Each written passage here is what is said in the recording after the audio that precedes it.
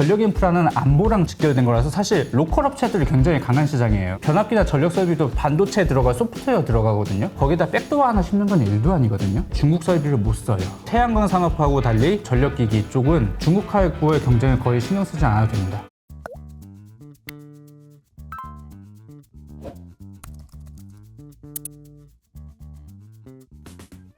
이게 그 팀장님 모시고 이야기를 들으니까 너무너무 시원시원하고 재밌는 것 같습니다. 이 세상에 지금 이제 AI도 그렇고 전력이라는 것이 어떻게 세상에 돌아가고 있는지를 너무 잘 이해가 되고 있는 것 같은데요. 그러다 보니까 국내에서도 그렇고 해외에서도 그렇고 전력 기기라는 것에 대한 이야기가 나와요. 그리고 뭐 변압기 뭐 이런 이야기가 나오고요. 근데 이게 무슨 얘기인지도 모르겠어요. 많은 분들이 전력 기기는 또 뭐야? 전기도 잘 모르겠는데 이런 생각. 변압기는 또 왜 필요한 건데? 이거 좀 쉽게 좀 설명 좀 해주세요. 알겠습니다. 일단 전력기기로 하면 뭐 대표적 변압기, 차단기, 배전반 같은 이제 전력을 조절해주는 장치들을 이제 말하는데요. 네. 이 전력기기가 사실 데이터가 돈지는 한 1, 2년 됐는데 최근에 또 좀 각광을 받게 된 계기가 하나 있었죠. 뭐예요? 뉴스를 한번 보여드리겠습니다. 네. 지금 보시는 뉴스는 저희 애증의 얼굴이죠. 일론 머스크 테슬라 CEO가 올해 2월 말에 그 보쉬라는 자동차 부품업체에서 뭐 이제 뭐 그런 행사를 했는데 거기서 이런 말을 했어요. 작년에는 전기차 만들 때 반도체가 부족해서 힘들었는데 2025년에는 전기랑 변압기가 부족해서 힘들어질 것 같다. 왜냐하면 인공지능 보급되는 속도가 엄청 많아서 전력 수요가 폭증하는데 전기랑 변압기가 없다 보니까 인공지능도 힘들고 전기차도 다 힘들다. 그러면 이제 변압기가 부족한데 그 중에서 특히 스텝 다운 볼티지 트랜스포머가 부족하다고 얘기를 했는데 그게 뭐냐면 변압기는 크게 뭐 두 가지 종류가 있는데요. 발전소에서 장거리 송전할 때는 고전압으로 해야 멀리 쏴줄 수가 있거든요. 그래서 초고압 변압기가 발전소 단에서는 들어가고 이제 중간 변전소에서 그 가정이나 뭐 공장으로 할 때는 전압을 낮춰줘야 돼요. 그래서 스텝 다운 볼티지 전압을 낮춰주는 배전 변압기가 필요한데 모든 종류의 변압기가 다 부족하지만 특히 배전 변압기가 좀 많이 부족하다 이렇게 언급을 한 상황이고요. 네. 그럼 이렇게 일론 머스크까지 나와서 변압기가 없다고 하소연하는 배경은 뭘까? 가장 이제 직관적인 차트는 US 센서스 뷰러라는 우리나라로 치면 통계청이죠. 거기서 그냥 그대로 캡처해 온 건데 미국 지역 내 전력기기 신규 수주액을 1992년부터 2024년 1월까지 따놓은 거예요. 보시면 30년 내 최고점을 지금 계속 경신을 하고 있습니다. 이게 2021년 바이든 행정부 들어서고 나서부터 이 전력기기 신규 수주액이 계속 늘어나고 있는데 딱 봐도 기울기가 뭐 굉장히 빠르네요. 심상치 않은데요. 미국 같은 경우에는 전력망이 굉장히 노후화되어 있습니다. 미국은 8개 전력망 지역으로 나누는데 A등급이 제일 좋은 거거든요. 근데 A등급 하나도 없어요. B등급 2개 있고 나머지 다 C, D, F 막 이렇거든요. 그러니까 굉장히 노후화된 전력망이 많다는 거예요.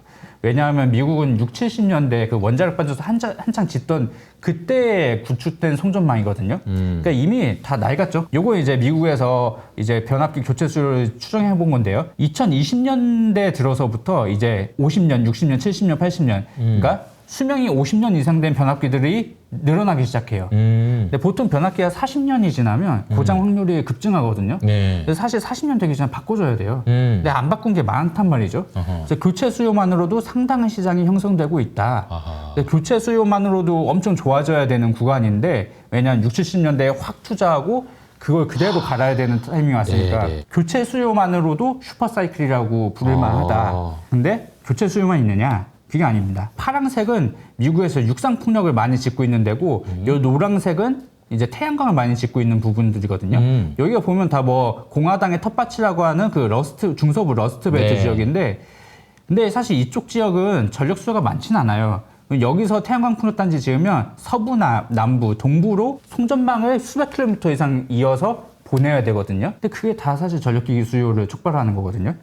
그러니까 이게 그러니까 건설 예정인 대규모 전력망 프로젝트 지도라고 돼서 여기다 이제 전력망을 깔 거라고 지금 하고 있는 거잖아요. 네. 근데 그러니까 계속 전력망을 까는 이유는 있습니다.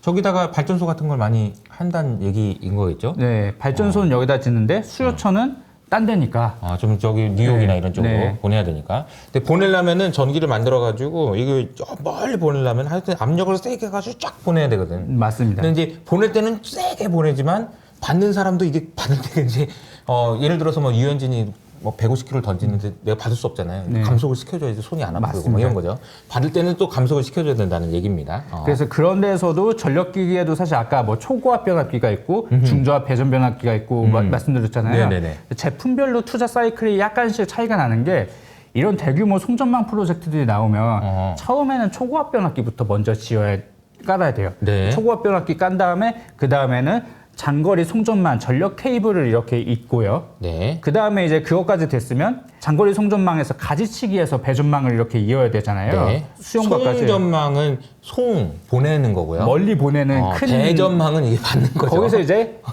이제 받아야 나무 됩니다. 줄기에서 그렇죠. 잔까지가 잔까지가 나요. 네. 쏟아지는 거죠. 그러니까 처음에 이제 세게 보내는 거 해놓고 그다음에 이제 전선을 쭉 이렇게 하고 그다음에 이게 좀 가지를 쳐야 네. 되고 이런 거네요. 네. 그래서 투자 사이클이 보통 초고압 변압기, 그 다음에 초고압 송전 케이블, 그 다음에는 배전용 배전. 중저압 변압기가 들어가고 이제 중저압 케이블 이렇게 투자 사이클이 가거든요. 네. 근데 지금은 초고압 변압기 투자 사이클인 거죠. 이제 아직까지는. 시작이네요. 그러면? 이제 시작인 거죠. 아직 초기인 아하. 거죠. 근데 이 초고압 변압기 투자 사이클조차도 뭐 우리나라의 현대일렉트릭, 효성중공업도 미국향으로 초고압 변압기 수출이 많거든요. 네네. 업체들 하는 얘기 들어보면 이미 2027년까지 초고압 변압기 수주를 받고 있다. 잠깐만요. 지금 우리 2024년이거든요. 네. 2027년이요? 좀 있으면 28년 거까지 받을 것 같다. 이런 얘기를 하고 있거든요. 그러니까 이게 네. 초고압 변압기 가장 앞에 단이라 말씀드렸잖아요. 아, 근데 네네네. 그것도 27년, 28년까지 계속 대결이 지금 생기고 있는 거예요. 이거 어떻게 해요 그러면은? 그러니까 계속 열심히 해야 되는. 어마어마한 일이군요. 왜냐하면 아, 과거에 그렇군요. 6, 70년대 그 전력 인프라 구축할 때도 한 20년 동안 열심히 깔았었어요. 그때도 한 20년 걸렸으니까 지금 열심히 해도 한 10년 이상 걸리겠죠, 이번에도. 근데 아까 말씀하셨던 것 중에서 오늘 계속 얘기하는 게 비슷한 맥락인 게요. 우리가 원래 뭐 데이터 센터 전기화되는 거 알고 있었어. 그거 알고 있었어. 좋아지겠지. 늘어나는 거 알아. 근데 AI가 또 붙어. 막 이런 느낌이었다면 네네. 이것도 마찬가지인 게 아니 전력이 너무 미국에서는 노후화돼서 바꾸는 거 알고 있었어. 교체 수요 때문에. 네, 교체는 근데 또 알겠어요. 막 늘어난다라는 거잖아요. 네네. 근데 이게 업사이드가 진짜 크구나라는 생각을 하게 되네요. 그 최근에 뭐 AI뿐만 아니라 좀 더 이런 전력 기술 촉발하는 계기들이 몇 개 있었는데요. 아, 네.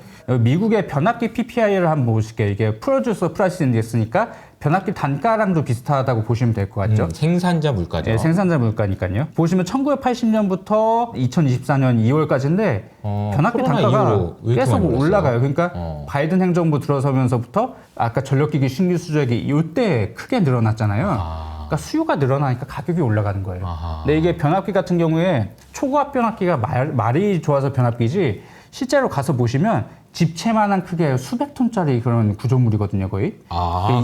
그게 잘 우리가 본 적이 없잖아요. 변압기라는 거를. 초고압 이제 변압기라고 하면, 초고압 저기 네. 그 길 가다 보면은 전봇대에 있는 거 뭐 이런 거 붙어 있는 거 그런 거 아니에요? 주상 변압기죠. 소형 주상 네. 변압기. 네. 근데 머스크가 그런 소형 변압기조차도 쇼티지가 극심하다고 했는데 이런 건물만한 초고압 변압기는 사실 쇼티지가 매우 심각한 상황이죠.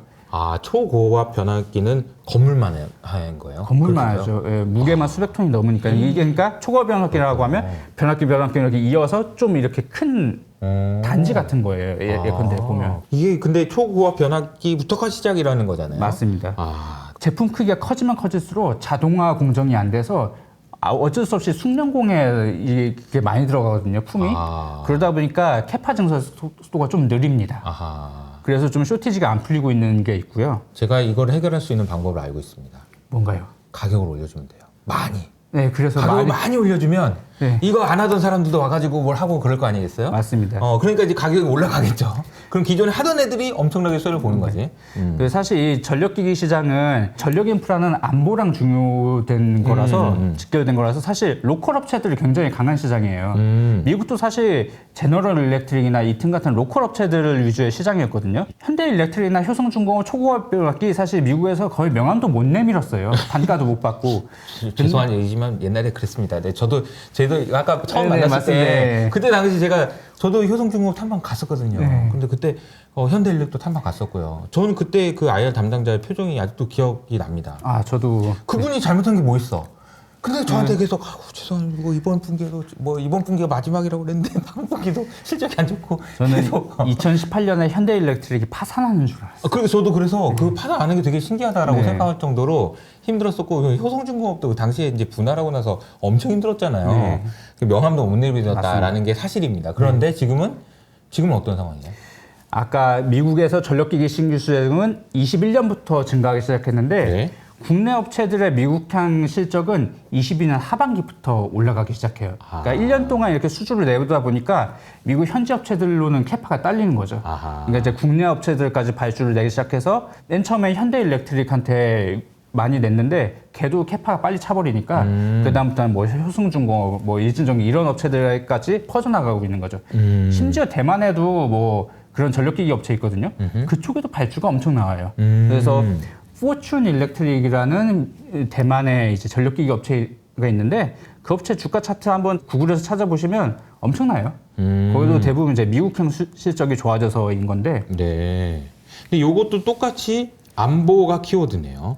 그래서 안보. 중국산은 못 쓰죠. 아, 그러네요. 네. 네. 그래서 미국하고 유럽에서는 딴 건 다 중국산을 써도 이런 전력 설비들은 중국산을 못 쓰는 게 안보랑 관련이 있고 그리고 올해 또 CNN에서 이런 기사가 나왔어요. 미국의 뭐 FBI나 뭐 그 CIA 같은 데서 정보부에서 합동으로 보고서를 낸 게 있는데 이미 몇 년 전부터 중국의 해커들이 미국의 유틸리티 산업들, 뭐 수도, 전력 이런 데에 많이 침투해 있어서 나중에 지정학적 경쟁 불안이 심화되면 이걸 셧다운 시킬 수 있다. 이게 사실 변압기나 전력 설비도 다 반도체에 들어가 소프트웨어 들어가거든요. 근데 사실 거기다 백도어 하나 심는 건 일도 아니거든요. 중국 설비를 못 써요. 안보 이유 때문에. 근데 한국하고 대만은 우방국이니까 거기까지는 쓸 수가 있죠. 처음에 아마 여러분이 생각하실 때 아니, 무슨 전기가 안보야 이렇게 생각하실 수 있는데 굉장히 안보인 게요. 그러니까 AI가 요즘은 이제 안보라고 네네. 얘기하는 건 모두 다 이해하시잖아요. 그러니까 무슨 뭐 무기가 AI 없는 무기가 무슨 소용이 있겠어. 근데 이제 AI는 이제 전기가 없으면 못 써요. 맞아요. 코드 뽑으면 뭐야 이게 안 되잖아. 그러니까 전기가 제대로 공급되는 것이 너무나도 중요하기 때문에 안보와 직결되어 있는 게 아닌가. 근데 여기다가 이제 만약 중국의 스파이가 와가지고 여기다 뭘 쓰잖아. 그러면 이제 또 문제가 되는 거죠. 문제가 많이 될 수 있죠. 많이 되는 거죠. 그래서 원래도 중국산을 선진국에서는 안 썼지만 앞으로도 못 쓴다. 앞으로도 못 쓴다. 그래서 뭐 태양광 산업하고 달리 이 전력기기 쪽은 중국하고의 경쟁을 거의 신경 쓰지 않아도 됩니다. 물론 중동 시장에서는 중국하고 경쟁이 있어요. 그렇군요. 네, 미국하고 유럽에서는 현지 업체들하고만 경쟁하면 돼요. 근데 지금은 현지 업체들이 캐파가 딸려서 한국, 일본, 대만 업체들한테까지 SOS를 보내고 있는 상황이다. 이렇게 이해하시면 될 것 같습니다. 야, 이게 너무 재밌네요. 정력도 안보입니다, 여러분. 요거는 1980년부터 마찬가지로 24년 2월까지 미국의 전기료인데 계속 올라가고 있죠. 그러네요. 근데 이 전기료가 올라가고 있는 것 중에 가장 큰 원인 중 하나가 이게 미국 전기료에는 이런 전력망 구축 비용도 전가가 되거든요. 근데 최근에 전력망 구축 비용이 많이 들어가다 보니까 그만큼 전기료도 오르는 거예요. 근데 이게 사실 전력망이 낡아서 어쩔 수 없이 갈아야 되고 그리고 사실 재생에너지 발전소를 건설 안 하고 원자력이나 가스 발전소를 지어도 전력망은 또 이어야 되거든요. 그러니까 어쩔 수 없이 전력망 투자는 해야 되고 그 비용이 전기료에 전가가 되고 있다. 최근에는 또 기후변화 때문에 이런 일이 발생해요. 그 워렌 버핏 아저씨가 최근에 그 연례 보고서 뭐 주총 같은 데서 산불이란 단어를 그렇게 많이 언급을 하셨대요. 산불. 그 버크셔 해서웨이가 들고 있는 비상장사 중에 퍼시픽코프라는 미국 서부 발전회사가 있는데 네. 얘가 송배전망을 많이 갖고 있거든요.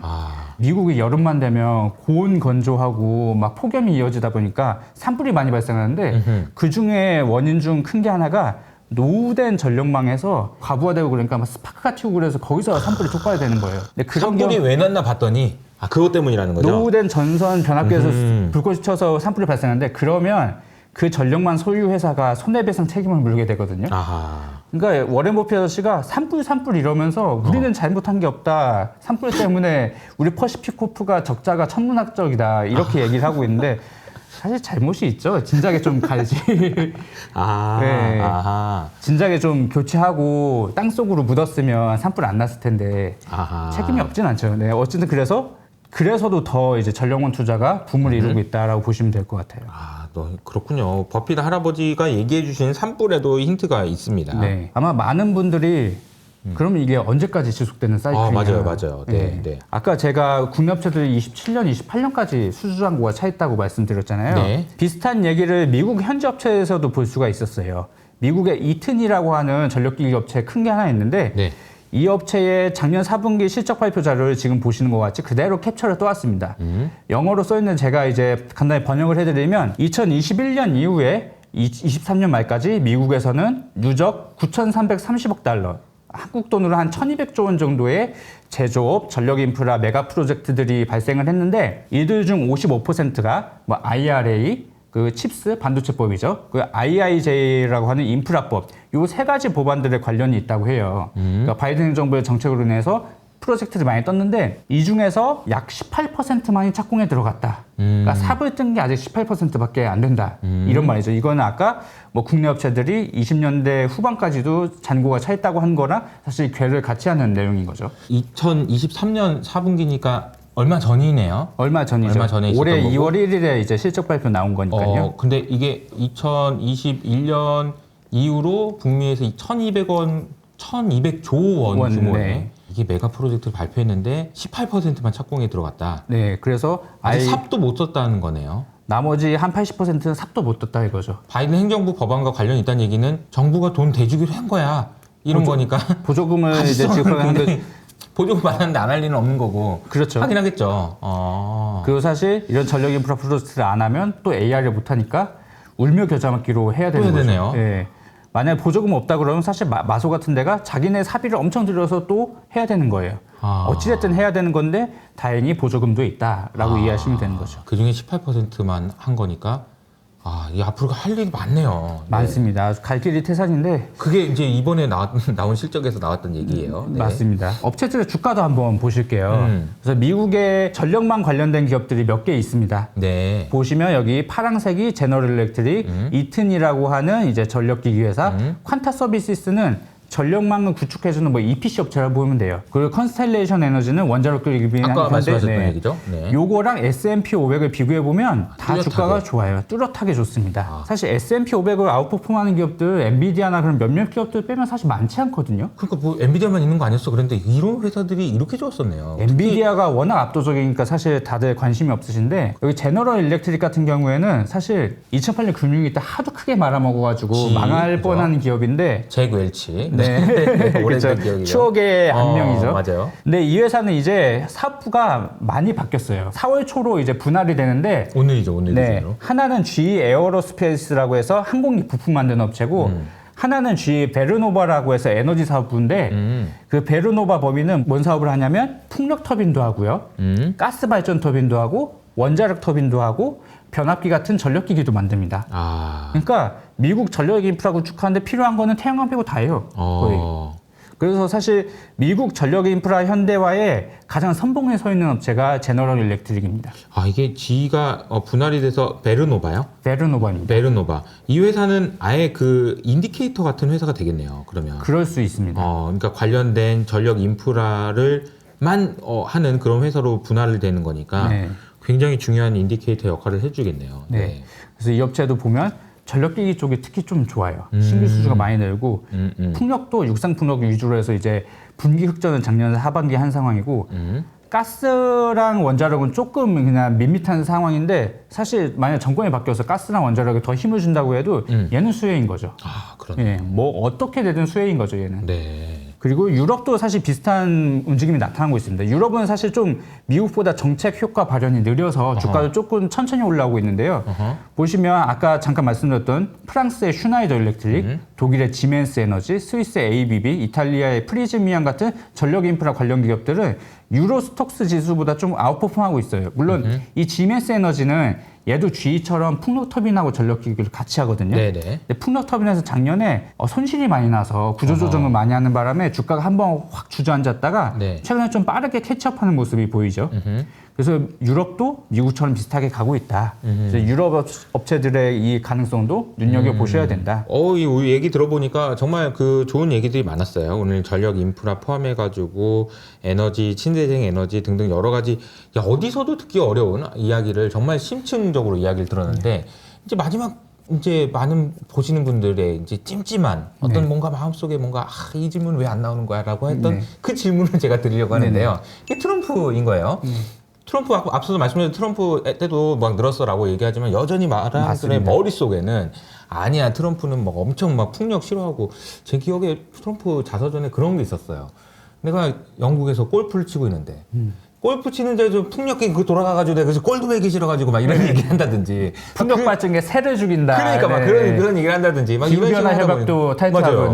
그러니까 그런 거 보면은 결국은 이 트럼프가 될 가능성이 커질수록 이 주가들은 결국 좀 흔들리지 않겠냐, 이런 이야기에 대해서는 어떻게 좀 말씀해 주실 수 있을까요? 일단 뭐 트럼프나 공화당 후보가 이제 집권한다고 해서 이 재생에너지 쪽 전력기기, 뭐 태양광 풍력 전력기기는 사실 영향받을 게 거의 없고요. 전기차는 아마 악영향이 좀 있을 겁니다. 아하. 앞선 장표에서 이미 트럼프 한번 때 보여주셨죠. 태양광 풍력 늘어난 거 보여드렸죠. 맞아요. 정책은 어떻게 되는지 한번 보겠습니다. 지금 보시는 표는 좀 복잡해 보이실 수 있는데, 위에서부터 태양광, 육상풍력, 해상풍력의 세액 공제를 오바마, 트럼프, 바이든 행정부별로 이제 정리를 한 거거든요. 보시면 태양광 투자 세액 공제는 트럼프 때 기간을 한 번 연장해 줬어요. 그리고 육상풍력도 보시면 세액 공제를 한 번, 두 차례나 연장을 해줬고요. 해상풍력 세액 공제는 원래 없었거든요. 트럼프 때 만들어준 거예요. 자기가 사인을 해줬어요. 그래서 사실 핵심적인 정책은 싫어한다고 말하면서 해줄 거 다 해줬어요. 그러고 나서 바이든 들어와가지고 이러한 세액 공제 혜택이 2033년까지 풀로 이어지거든요. 그림 보니까 2033년이네. 2034년부터 조금씩 깎여요. 이 그림이 조금씩 해주다가 아예 빼도 박도 못하게 막아버렸네요. 2033년까지. 그래서 트럼프 때도 뭐 정책은 전혀 뭐 부정적이지 않았다라고 보시면 될 것 같고, 지도가 두 개 떠 있는데 왼쪽 지도는 미국에서 육상풍력이 하기 좋은 입지인 곳을 녹색으로 표시해 놓은 거고요. 오른쪽 지도는 태양광을 하기 좋은 지역들을 녹색으로 표시해 놨습니다. 그럼 이 두 개 지도를 잘 기억하시다가 한번 합쳐보세요. 합치면 어떻게 되느냐? 요런 모양이 되거든요. 지금 보시는 지도 보시면 빨간색 지역이 뭐냐 하면 공화당 지역임과 동시에 풍력하고 태양광하기 좋은 지역들. 반대로 파란색은 민주당 지역인데 풍력 태양광 좋은 지역들. 딱 보면 공화당 지역들이 풍력 태양광 투자하면 오히려 더 수혜거든요. 그러니까 이쪽에서 사실 지금도 투자가 엄청 일어나고 있잖아요. 그러니까 이게 내수 고용하고 경기에 영향을 미치다 보니까 공화당에서도 이거를 포기할 수가 없어요.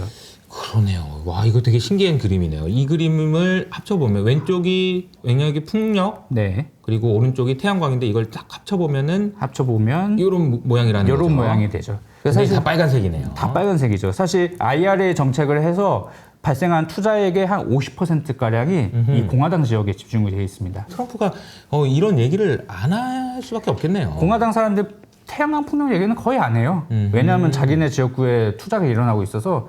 트럼프 1기 때 오바마 케어 폐지하려고 그렇게 난리를 쳤었는데 공화당 내부에서도 반발이 있어가지고 무산됐거든요. 왜냐면 자기네 지역구에서 투자 일어나는 데 있을 거 아니에요. 그렇죠. 지금 보면 공화당 지역구에서 이렇게 재생에너지 투자 많고 전력 인프라 깔고 하고 있는데, 그리고 외국계 기업들 다 공장 짓고 있는데 이거를 엎어버린다? 자살골이거든요. 자살골이네요. 이건 가능하지 않습니다. 근데 반면에 전기차 쪽은 조금 문제가 다른 게 이 풍력 태양광 쪽은 고용 유발 효과도 좋고 다 좋은데 이런 재정 정책은 사실 내수 고용과 투자가 늘어야 되잖아요. 근데 전기차 같은 경우는 미시건주가 대표적인 자동차 산업 메카인데, 미시건주에서 GM 포드 같은 업체들이 뭘 하고 있냐? 전기차 전환 과정에 비용이 너무 많이 든다고 하면서 최근 1년 사이에 사람들을 계속 자르고 있어요.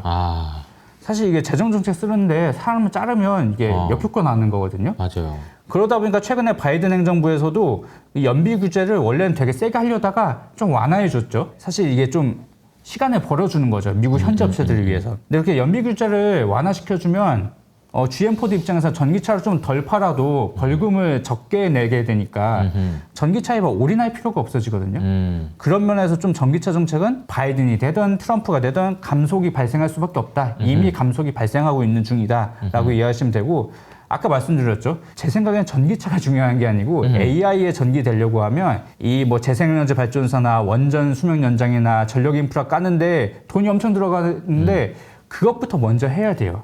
사실 그것부터 해서 저탄소 에너지를 많이 보급하고 나서 전기차를 까는 게 사실 순서에도 맞는 거거든요. 그러다 보니 이게 정책 우선순위에서 어쩔 수 없이 좀 전기차에 밀리고 있다.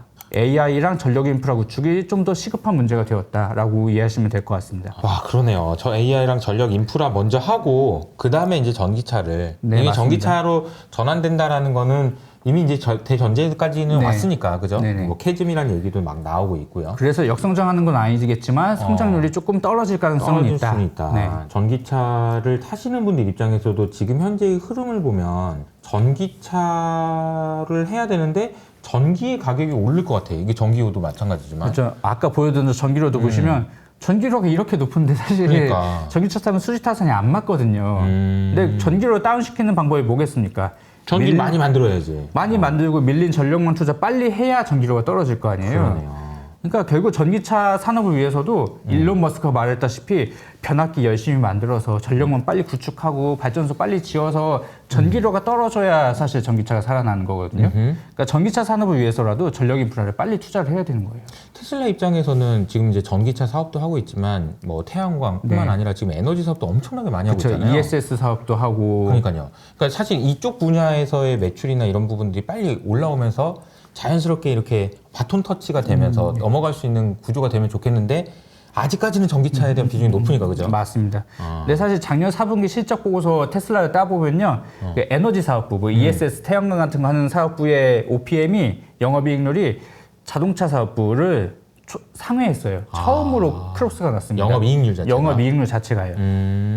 그러니까 어떻게 보면 우리가 테슬라라는 회사가 워낙 지금 많은 사업을 하고 있어서 네네. 이게 로봇 회사예요, 무슨 AI 회사예요, 무슨 회사 막 말이 많지만 어쨌든 지금 전기라는 관점에서 보면은 전기차는 전기를 사용해야 되는 입장이고 네. 사실 이 테슬라가 만드는 전기를 이제 팔아먹는 입장인데 네. 이게 묘하게 지금 이게 약간 오프셋되고 있는 거죠. 옵셋되고 네. 있는 그런 상황이라고 보시면 되겠네요. 테슬라 투자 고민하시는 분들 많을 것 같은데 참고하시고요. 그리고 이게 정책적으로도 IRA를 폐기하기 어려운 또 한 가지 이유가 있어요. 네네네네. 이 보시는 차트는 미국의 연방정부 재정지출 추이를 2010년부터 2028년 전망치까지 나타내는 건데 네. 2010년대에 보시면 미국의 재정지출이 계속 줄어들죠. 사실 이때는 재정지출을 안 해도 연준에서 그냥 헬리콥터 머니로 돈을 막 싸게 뿌려대다 보니까 네네. 그것만으로도 경제성장이 나왔어요. 근데 2020년대 들어서는 사실 지금 통화정책은 긴축으로 한동안 가야 되는데 네. 그러면 사실 성장 엔진이 꺼진 거잖아요. 2010년대에 이끌었던. 근데 그 빈자리를 이 재정 지출이 재정정책이. 채우고 있다. 네. 그래서 결국은 통화정책이 약해진 만큼 재정지출이 그 빈자리를 메꿔줄 수밖에 없는 상황이라고 보시면 될 것 같고, 그래서 이거를 꺼버릴 수가 없는 거예요. 그러네요. 근데 이 재정지출이 어디에 주로 집중이 되느냐? 보시면 이 왼쪽에 이 막대 차트는 미국의 IIJA라고 해서 21년 11월에 바이든 행정부의 인프라법 통과된 게 있거든요. 그거 보시면 그 금액이 제일 큰 게 도로 교량이 제일 크고 그 다음에 전력 인프라가 그 다음으로 크거든요. 그 오른쪽의 파이 차트는 미국의 IRA 22년 8월에 통과된 거 보시면 대부분이 에너지 안보와 기후 변화 대응이거든요. 여기서 키워드를 3개만 뽑아보겠습니다. 네. 그럼 이제 인프라, 에너지 안보, 기후 변화 대응. 근데 요 세 가지가 방금 전까지 저희가 열심히 떠들어댄 내용들이 요 세 가지에 다 해당이 되는 거죠. 그러니까 이게 결국에는 피할 수 없는 흐름이다.